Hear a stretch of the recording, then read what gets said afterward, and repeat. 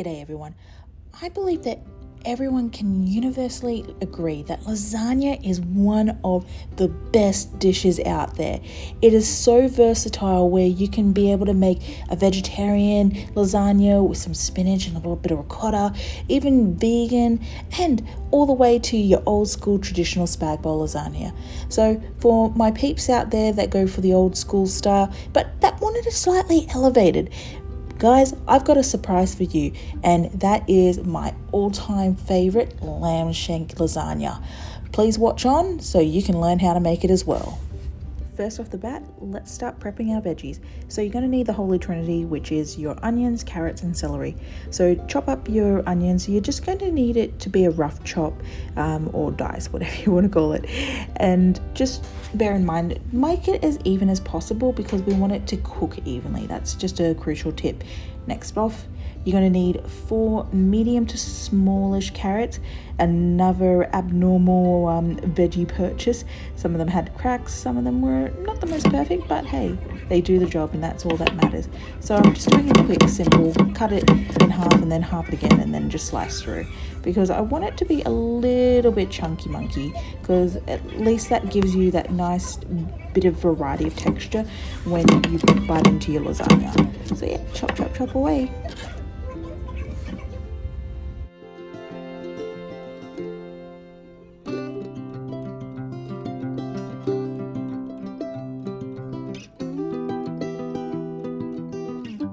And last but certainly not least, our 3 stalks of celery. So you're just going to be cutting those in half and then chopping that up. So it's nothing really perfect. It's a bit of a rough one, but try again, similar to your onions and your carrots. We want it as even-ish as possible because at the end of the day we want to make sure that everything cooks evenly, so that way you're not going to have some weird yucky raw spots for your lasagna. But to be fair, we're going to be cooking this for a while, so I doubt that's going to be possible. Alrighty, let's get cooking. So you're going to need 50 grams of butter. Now, for all of my peeps out there going, whoa, that's a lot of butter. I do agree. However, this is going to be a big ragu and we do need a lot of flavor, so we do need a lot of butter incur. So you're going to be putting that on a medium heat, melt it at least a quarter through, and then chuck in your onions, celery, and carrot, and you're just going to give it a thorough mix through. We're going to be cooking this through for at least 10 minutes. The aim of the game here is just to simply soften the vegetables. So sprinkle in a little bit of salt, a little bit of pepper as well, because those are your amplifiers at the end of the day. They're going to help push forward the flavors of the vegetables. And once you see that your onion is starting to go a little bit clear, that is a perfect indicator of when you know that your veggies are nice and soft. Okay, it's been 10 minutes now. You can see the veggies are nice and soft, and as well as behind the scenes, I completely forgot to add in the filming that I've also put in a bit of mushrooms and as well as a bit of garlic. That's again flavor amplifiers. We want to be able to make this a meaty and delicious ragu. Once you've done all of that, you're just going to be popping all of that out, and then we're going to move over to cooking our lamb shanks. Okay, so for our lamb shanks, you're going to need at least 6 lamb shanks to a medium-ish size. Now, for my Dutch oven, unfortunately, it's not quite big enough for all 6 of them, so I'm just cooking 3 at a time. The aim of the game is just to be able to reduce some of the fat, because when you have a ragu, there's nothing worse than getting something that's huge and chunky and fatty in your ragu. It really ruins the texture because you want something that's going to be meaty and hearty. So reduce down that fat. It usually takes, I would say, about 15 minutes overall. So I would say about 8-ish minutes, 5-ish, give or take. Very rough math here for each side, essentially until it's golden brown on the outside. It doesn't have to be completely brown for the center. That can cook off in the ragu. It's just trying to get that fat reduced on the outside. Okay, so now that we've browned our veggies and as well as our lamb shanks, let's get this ragu all put together. So you're going to be putting back your vegetables, and on top of that, I'm going to be putting in 2 teaspoons of rosemary. You don't have to do rosemary, but because we're going to be using lamb shanks, it really does help with the flavors. If rosemary isn't your thing, just sprinkle in at least, I would say, 2 to 3 leaves of bay leaves, because that's going to be doing a similar basis where it's going to be brightening up the flavors. Next, you're also going to be needing at least 4 tablespoons of tomato paste. You're going to be cooking that through just to get the raw paste flavor out, but this is all umami flavor bombs right here. Mix that through, cook it for at least 2 to 3 minutes, and you are going to be in for a treat. Next off the bat, we're going to be putting in some canned tomatoes. I've done a bit of a mixture of both whole tomatoes and as well as diced tomatoes. Really, use what you've got on hand. It's not the end of the world. You're just going to be mixing that through for a couple of minutes just to get that tinny flavor out. The one thing I would just suggest about the whole tomatoes, just give it a bit more of a smoosh so that it fixes up the whole consistency and texture. After you've done that, put in some red wine. I've put in 2 cups of red wine. Ideally, you want more of a sweet, dry wine because the sweetness balances out the acidity that you have in tomatoes. But if you don't have any sweet wines, just put in half a teaspoon of sugar. I find that really helps to balance it out. But this is why it's so crucial to taste your food along the way, so that way you can be able to adjust and make sure that it is at the perfect level you want. I've also added a bit more passata just because I really want to fill out this flavor. So you just need to put in, I'd say, a solid cup to a cup and a half worth of passata, and you just mix that through, and then also put in a couple of cups of water and keep on stirring and allow that to rest. After that's done, you're just going to be putting in all of your lamb shanks. So push them in, find a nook or cranny you can be able to put it in. Ideally, if you're going to be putting in as much as I have, which is 6 lamb shanks, I would suggest get a big pot because you're going to need it. And after you've done that, you're just going to be plopping on your lid. Put it on a low heat, and you're going to be cooking that off for at least 4+ hours. And every hour or so, just make sure to come back to it. Give it a bit of a stir just to make sure that nothing's really building up on the bottom, because you want to be able to make sure that all the flavors are well incorporated. But after you've done that, it comes out like this. Oh, look at it, it's falling off the bone. So you're just going to be scraping as much as you humanly possibly can off of the actual lamb shank whilst it's in the pot. And if you can't, just get some tongs, grab your lamb shanks out, and then you're just going to simply just shred it off bit by bit and then chuck it back into the pot and stir it through. It's really straightforward stuff here, but do what you can.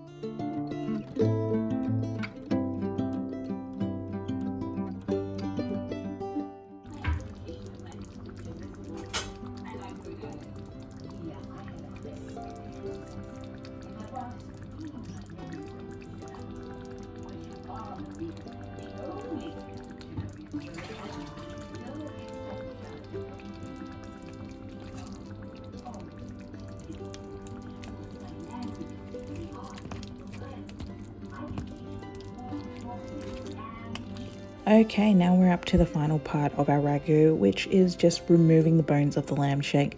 So do what you can to get as much of, again, the meat you can. If you can't, hey, you've got something to nibble on along with your cooking way. But once you've removed all the bones, just give it a bit of a stir around just to be able to break down the meat as much as possible. One trick that I did learn as well is if you've got one of those little hand potato mashers, use that as well. It's a fantastic way to break down and shred meat. I've done it countless times with different ragus, pulled pork, barbecues. It is so easy and efficient. So definitely try that out when you get an opportunity.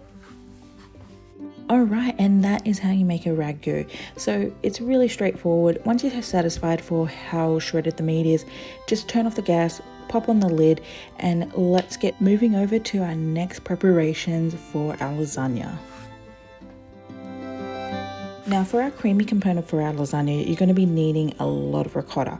Now I know that there are a lot of people out there that are on the bechamel side when it comes to a lasagna, and most days out of the week I am totally on your side, but I found that with lamb shanks that the ricotta balances it out a little bit more and doesn't overwhelm it. So that's why I would suggest going more on the ricotta side. So all you're going to be needing is a whole container's worth of ricotta here. I had a lot left over from one of my previous cooking adventures, but yeah, pop that into a jug, and you're going to be needing at least, I'd say, a cup and a half's worth of cold water and a sprinkle of salt and pepper. After you've done that, just give it a thorough mix through. We're looking for a thickening cream consistency for our ricotta because we want to ensure that we can be able to evenly distribute it in each layers. Let's get layering. So we're going to start off with our base going to be the ragu. This is really crucial because it's going to keep moisture at the bottom, and as well as it's going to avoid burning any pasta. So evenly distribute that as much as possible. You're looking at a thin-ish layer because you don't want to go completely overboard, but hey, each to their own. Do what makes you happy. Once you're satisfied with your base layer, it's time to swirl around some ricotta sauce that you've made earlier, and then just get a spatula and you're going to be just evenly distributing it across, just making sure that you cover every little nook and cranny. And on top, just pop on some pasta sheets.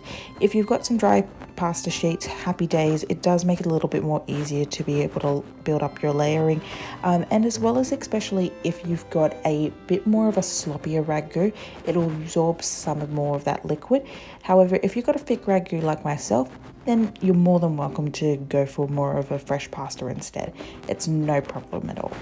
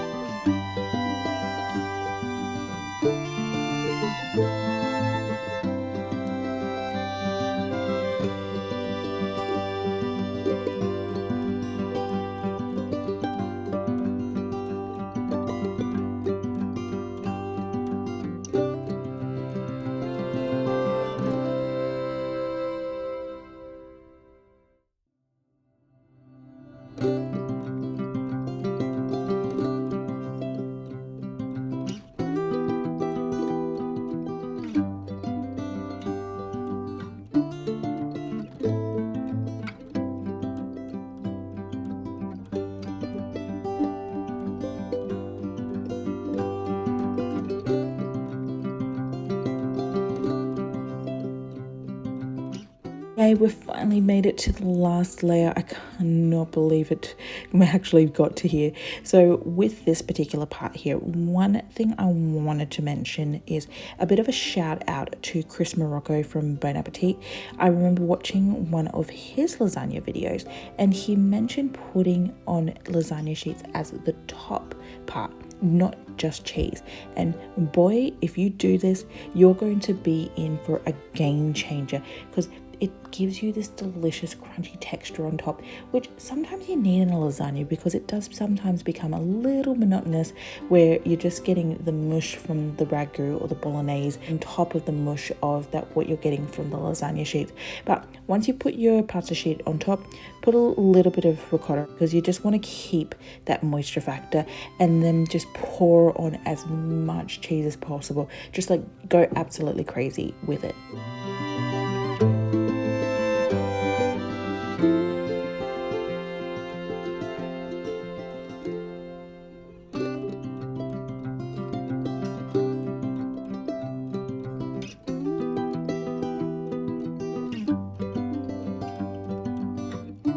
Right, so we're now near at the finish line of getting this lasagna in the oven. Before you do, just make sure to put some foil on top.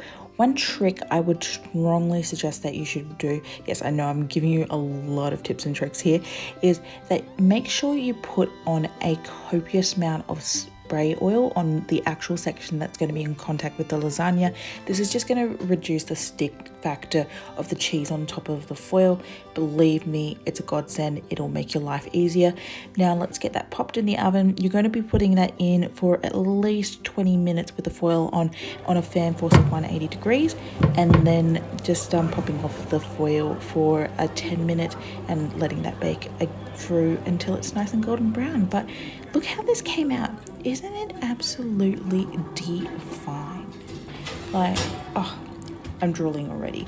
Now, with your lasagna, you do want to allow it to rest for at least a solid 10 minutes, just to make sure that it doesn't become an absolute goopy mess.